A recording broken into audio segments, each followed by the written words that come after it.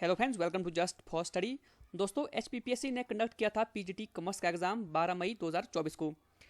PGT commerce में paper 2 में जो आपका बीएड पोर्शन रहता है, आपके 20 क्वेश्चंस, उन्हें हम इस वीडियो में सॉल्व करेंगे। और साथ ही ये जो आपकी पीडीएफ है, सॉल्व पीडीएफ, इसके लिए जो है हमारे व्हाट्सएप ग्रुप का लिंक जो है डिस्क्रिप्शन बॉक्स और कमेंट सेक्शन में दिया है। आप हमारा व्हाट्सएप ग्रुप ज्वाइन कर सकते हैं, वहाँ हमको ये पीडीएफ मिल जाएगी। और साथ ही जो आपका बीएड पोर्शन के क्वेश्चन है वो जो है आपके रिपीट हो रहे हैं। इससे पहले आपका एग्जाम हुआ था पीजीटी फिजिक्स का, तो पीजीटी फिजिक्स से जो है आपके 5 या 6 क्वेश्चन डायरेक्ट रिपीट हुए हैं आपके पीजीटी कॉमर्स में बीएड पोर्शन के। तो इसे हम सॉल्व करेंगे। तो सबसे पहला आपका जो क्वेश्चन रहता है वो है आपका educational psychology is concerned with the study of dash, यानी कि शैक्षिक मनोविज्ञान का संबंध जो है किसके अध्ययन से है। ओके, इसका सही आंसर है ऑप्शन सी, ह्यूमन लर्निंग, यानी कि शैक्षिक मनोविज्ञान का संबंध जो है आपका मानव शिक्षा के अध्ययन से है। नेक्स्ट है dash believed in a general intelligence factor, इसका सही आंसर है आपका स्पियर्समैन। ओके, तो आपके चार्ल्स स्पियर्समैन थे। Charles Spearman believed in a general intelligence factor, यानी कि स्पियर्समैन सामान्य बुद्धि कारक में विश्वास करते थे।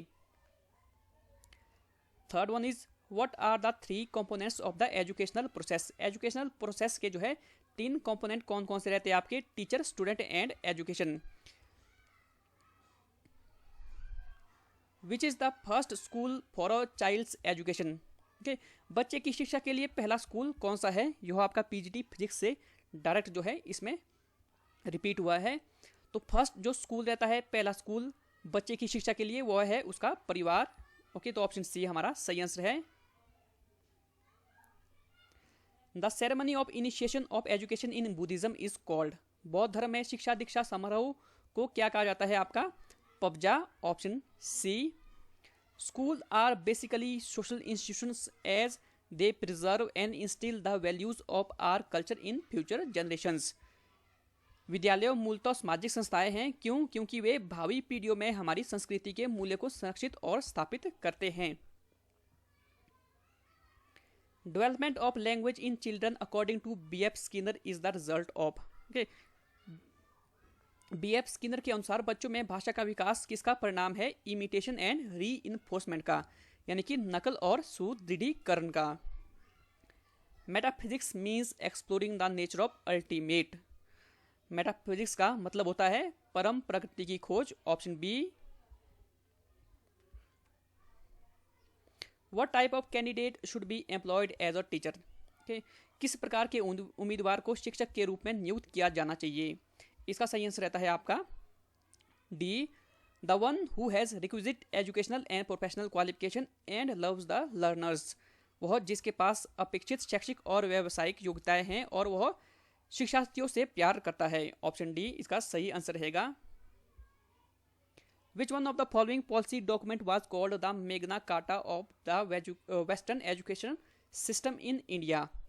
निम्नलिखित में से किस नीति दस्तावेज को भारत में पश्चिमी शिक्षा प्रणाली का मैग्ना कार्टा कहा जाता था। ये भी जो है पीजीटी फिजिक्स से रिपीट हुआ था। इसका सही आंसर है option C, Charles Woods dispatch of 1854। Okay, 1854 का चार्ल्स वुड्स डिस्पैच।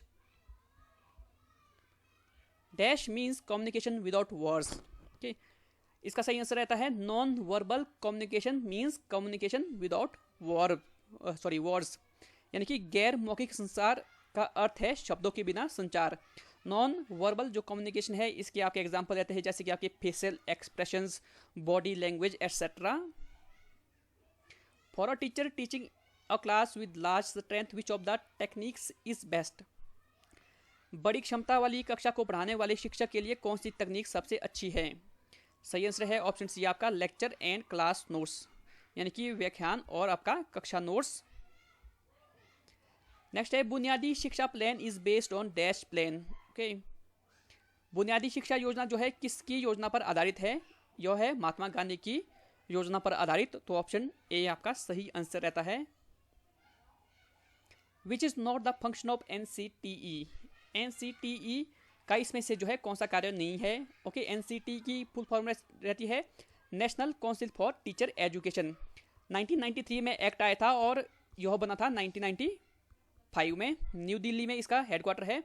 तो इसमें जो है कौन सा एनसीटी का फंक्शन नहीं है? Option B, providing grants to universities, यह जो है एनसीटी का फंक्शन नहीं है। बाकी के तीनों जो है एनसीटीई के फंक्शन है, जैसे कि planning for teacher education institution in India, coordination with central and state government for teacher education issues, regulating the minimum qualification for teacher educators.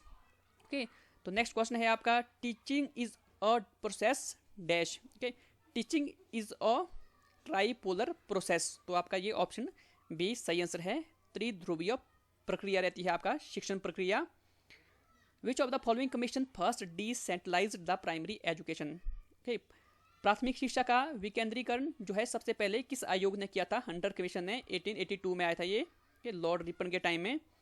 Exchange of ideas between two और मोर persons is called या is known as communication, दो या दो से अधिक व्यक्तियों के बीच विचारों का आदान प्रदान को बोलते हैं संचार।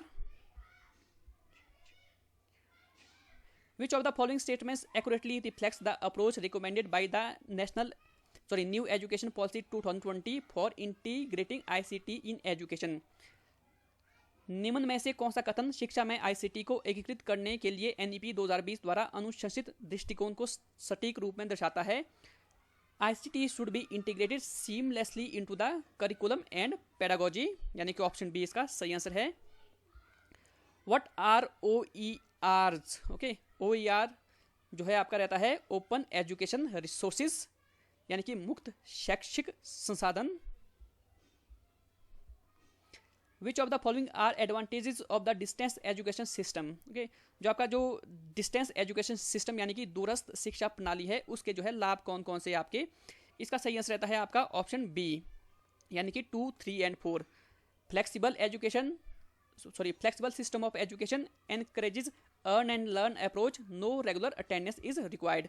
तो ये तीनों जो है आपके डिस्टेंस एजुकेशन सिस्टम के एडवांटेजेस रहते हैं।